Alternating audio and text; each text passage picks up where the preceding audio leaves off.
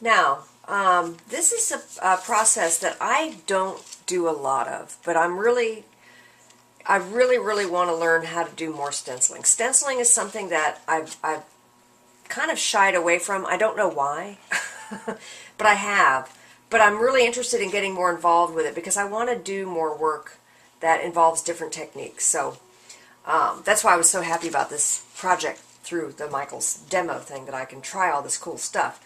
When I was collecting the materials for this project, I did find this folk art stencil adhesive, and I thought, you know what? Let me grab a hold of this and see what I can do with it and learn how to use it. Because I know, sure, you can tape down the stencil and all that, but it's always fun to try new products. But this is the plaid folk art stencil adhesive, and on the back, I mean, my gosh, the instructions are teeny weeny even on the back, but it talks about how you dab it and then you let it dry and all that. So it's got like an applicator ball. So I'm going to be using this particular product on this project, and I will let you know how it works. First, I'm gonna mess around with it a little bit first before I tape it, so I'll be getting back with you.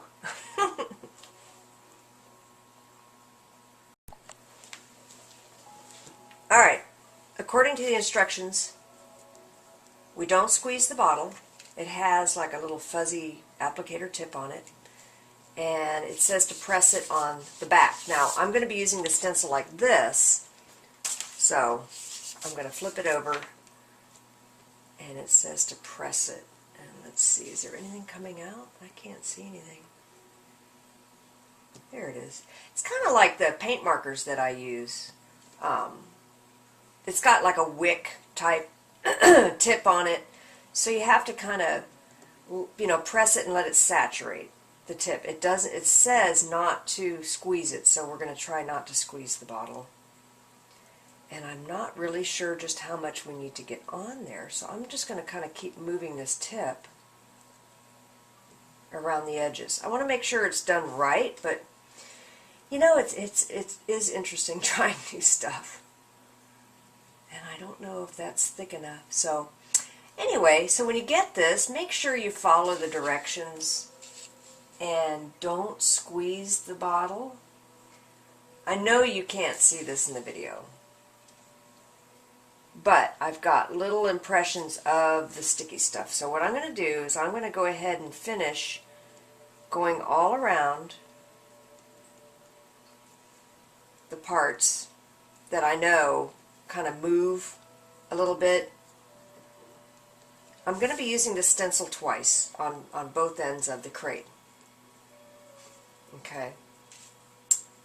So I shouldn't have to reapply this, because it says that it's, you can use it and then you can move it and then reapply it on the end. So I'm going to go ahead and finish putting this on all the loose parts that I think I need to have anchored down. And the next step will be letting it dry and then using it to hold the stencil to the end of the crate. Okay? So we'll go on to the next step after this is dry. Okay, real quick, it did turn out that this worked, the folk art stencil adhesive, and it's got the little fuzzy tip, and I did the little dots and just kind of pressed it gently all around to make sure that everything that I wanted to stay still did that. And it really does a nice job of holding the stencil just where I want it.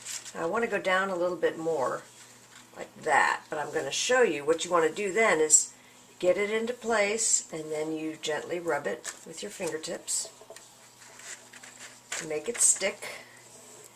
And this stuff, it works really nice. So once I get everything down the way I want it, then I go ahead and I use my paint, my chalk finish paint, and my pouncers, and I'm going to go ahead and put in the colors. And I think I'm going to do a combination of the black and the white. I'm not sure yet. But when I do this, I'm not going to have it sitting like this. I'm going to have it up. But anyway, look at that. It does a nice job. And then when I want to take it off, see, it's tacky. And it'll peel right off. And then I can put it on the other end and do the other end of the crate too. So anyway, it turned out pretty cool. Can't wait to get started. Okay, I'm back.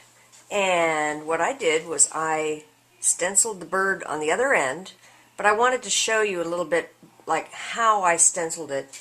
I wanted to use both the colors, and to do that I just decided to go ahead and do the white, you know, where the leaves are and the top part of the bird. You can kind of see where I did it, and then a little bit of the black for shadowing, and then the stem of the branch. So one thing I did learn, you know, like I said, I don't do a lot of stenciling, and so it's always fun to try something new, but you got to be really careful with stenciling as far as how heavy you apply it, because it'll go right underneath the edges of that stencil. I'm not super picky because I'm always you know, making it look like it's antique anyway. So I know my husband, he's funny because, you know, he builds all those benches that I hand paint, and he likes stuff all neat and tidy and smooth finish, and then I come through with my sandpaper and I mess it all up. And he hates it. He's like, just once, leave it nice. I'm like, no, can't, sorry. But anyway, so I'm just showing you a little bit, you know, just how I stenciled it. You know, just blot it on gently. Don't go too heavy because it will go under the edges. And I think it happened a little bit on the other side, and I think what happened was I had wet the sponge a little bit, and that might have contributed to it, or I was just, you know, working it a lot. And, you know, stenciling is just like anything else. You got to practice it a little bit. And don't worry if you don't do it exactly right. You know, it's just paint. You can always go back with that green base color and cover what you don't like or what gets messed up. So anyway, I just wanted to show you a quick little video of the stenciling process and how nice that adhesive, where is that stuff? This worked pretty cool. So I'm glad I found this. Because it's good for holding these little areas in here. You know, you can always tape it off, that's fine, but it's kind of nice to have something that holds it down more secure. So anyway, I'm going to stop here, I think, and then when I start on the gray, I'll turn it back on, and I'll be back with you. Okay?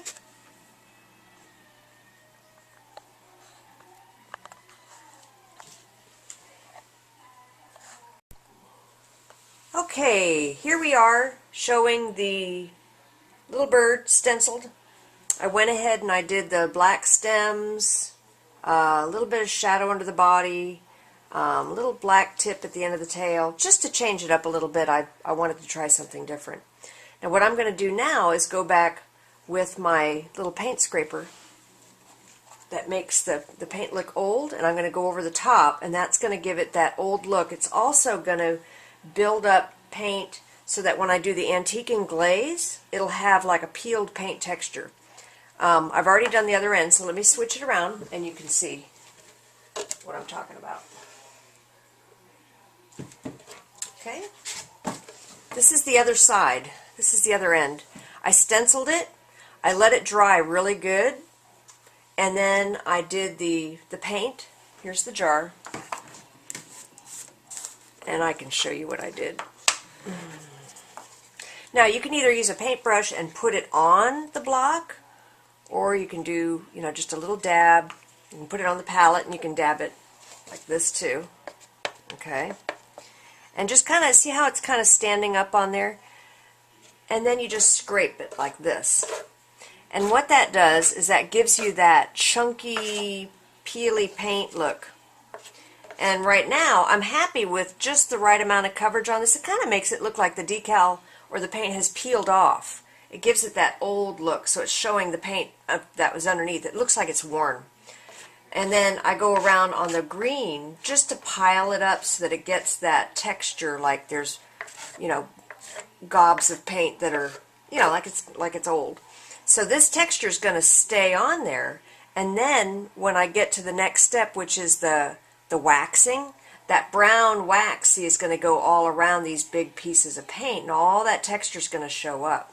So it should be pretty cool looking when it's all done.